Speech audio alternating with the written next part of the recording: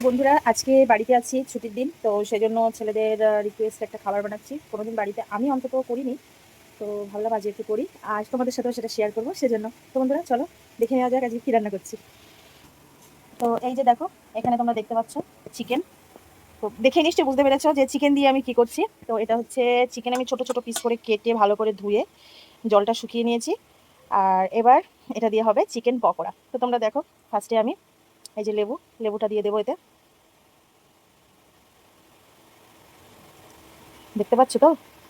এই দেখো।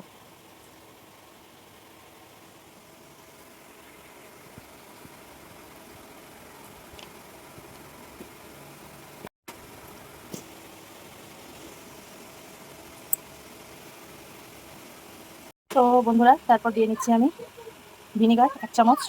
তারপর দিচ্ছি 1 চামচ চিলি সস। তারপর দিচ্ছি 1 চামচ সয়া সস। তারপর দিয়ে দিচ্ছি একটা ডিম। তারপর দিয়ে দিচ্ছি 1 চামচ লবণ। তারপর দিয়ে দিচ্ছি 1 চামচ হলুদ। তারপর দিয়ে দিচ্ছি 1 চামচ জিরের গুঁড়ো। দিয়ে দিচ্ছি 1 চামচ ধনের গুঁড়ো।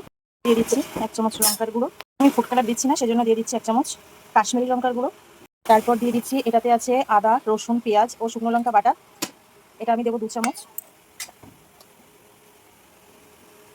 আর তারপর দিচ্ছি একটু সামান্য গরম মশলার গুঁড়ো। তো এই উপকরণগুলো আমি দিয়ে দিয়েছি। এবার এটাকে আমি মিশিয়ে নেব। আর এটা মিশিয়ে নেওয়ার পরে এটাতে আমি দিয়ে দেবো তোমার বেসন, কর্নফ্লাওয়ার আর ময়দা। তো আগে এটাকে আমি ভালো করে একটু মিশিয়ে নিই। তারপরে আমি দিয়ে দিচ্ছি বেসন, এটা দিচ্ছি আমি 2 চামচ। তারপর দিচ্ছি কর্নফ্লাওয়ার, এটাও দিয়ে দিচ্ছি আমি 2 চামচ। আর তারপর দিচ্ছি আমি ময়দা, এটাও দিয়ে দিচ্ছি আমি 2 চামচ। তো এবার এটাকে আমি ভালো করে মিশিয়ে নেব। তোমরা কিন্তু যারা এরকমভাবে না দেবে, তারা ময়দা, কর্নফ্লাওয়ার এবং বেসনটা আলাদা একটা কোট করে নিতে পারো। তো সেটার সঙ্গে অনেকে আলাদাভাবে মিশিয়ে নিতে পারে। তো আমি একসাথেই মিশিয়ে দিচ্ছি। বন্ধুরা, এটা দেখো আমি খুব ভালোভাবে মিশিয়ে নিয়েছি। আর তোমরা যারা অনেকে পপকর্ন করতে চাও, তো এই যে বাটারটা তৈরি করলাম আমি, মানে এই যে মশলাটা দিয়ে আমি চিকেনটা তৈরি করেছি, এটা তোমরা আলাদাভাবে একবার জলের ভিতর দিয়ে, আর ওই যে বললাম যে আলাদাভাবে কোট করতে, তো ওরকম কোট করে তার ভিতর একবার দেবে, আবার জলের ভিতর দেবে, আবার তার ভিতর দেবে, দিয়ে তোমরা কিন্তু সেটা দিয়ে পপকর্নটাও করতে পারো। তো আমি যেহেতু চিকেন পকোড়া করবো, তো আমার এরকমই, এই যে দেখো আমি বেশি কিন্তু এই যে আমি চিকেনটাই রাখবো হালকা, জাস্ট একটু গায়ে লাগা থাকবে, যেরকম থাকে সেরকম, মানে ঘরোয়াভাবে সম্পূর্ণ করছি। তো আমি এটাকে এখন 15 মিনিটের মতো রেখে দেবো। তারপরে আমি আবার আসছি, ততক্ষণ তোমরা সাথে থাকো আর দেখতে থাকো। তো বন্ধুরা, এই যে চলে এসেছি। 15 মিনিটের জায়গায় আমার একটু কাজের জন্য, এটা অসুবিধা নেই, তোমরা 1 ঘন্টাও করতে পারো। যত বেশি টাইম রাখতে পারবে তত বেশি এটা মশলাটার সাথে মিশবে। তো যাই হোক, এই যে দেখো, আর এদিকে আমি কড়াইয়ে তেল দিয়ে দিয়েছি। তেলটা গরম হচ্ছে, তোমরা দেখলেই বুঝতে পারছো। এই যে দেখো, তেলটা কিন্তু অলরেডি গরম হয়ে গেছে। আর আস্তে আস্তে আমি এবার এগুলো দেবো। তো বন্ধুরা, কড়াইয়ে তেল গরম হয়ে গেছে, আমি এবার আস্তে আস্তে এক একটা করে দিয়ে দেবো। এখনো আরেকটু গরম হবে, তো ঠিক আছে, কোনো ব্যাপার না, আমি আস্তে আস্তে দিয়ে দিচ্ছি। তোমরা এরকম ভাবে আস্তে আস্তে এক এক পিস করে দিয়ে দেবে।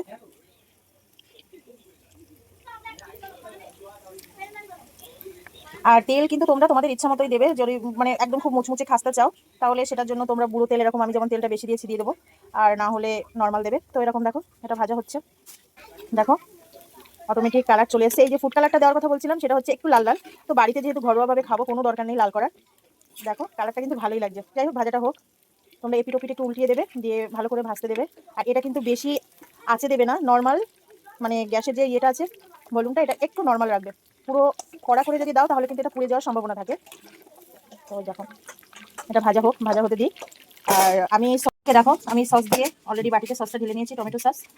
আর এদিকে এই যে ভাজা হয়ে গেছে, কালারটা দেখো সেই কিন্তু হয়েছে। জানি না খেতে কেমন হবে। তো দেখতে পাচ্ছ তো? তো এটা আমি নামিয়ে নিচ্ছি, নামিয়ে নিয়েছি। তো বন্ধুরা, খেতে কেমন হয়েছে দেখো, কালারটা কিন্তু খুবই ভালো লাগছে। গরম আছে, নিজে রান্না করে নিজেই ফার্স্ট খেয়ে নিচ্ছি। ভিতরটা দেখো। হুম হুম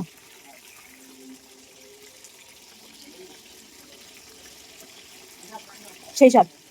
তো তোমরাও বাড়িতে কিন্তু এরকমভাবে প্র্যাকটিস করে ঘরোয়া পদ্ধতিতে আহ, করতে পারো। অনেকে কিন্তু যে যেভাবে করো, ঘরোয়াভাবে কিন্তু এরকমভাবে চিকেন পকোড়া কিন্তু সন্ধ্যার সময় কফির সাথে খেতে ভালোই লাগে। তো তোমরা কিন্তু এরকমভাবে বাড়িতে করে নেবে চিকেন পকোড়া। বা বাড়িতে কিন্তু তোমরা এরকমভাবে করে আমাকে অবশ্যই জানাবে যে খেতে কেমন হয়েছে। দেখো অবস্থা ঘেমে। তো বন্ধুরা, আজকে এই পর্যন্ত। টাটা, সবাই ভালো থেকো, সুস্থ থাকো। পরবর্তী কোনো একদিন অন্য কোনো রেসিপি নিয়ে চলে আসবো।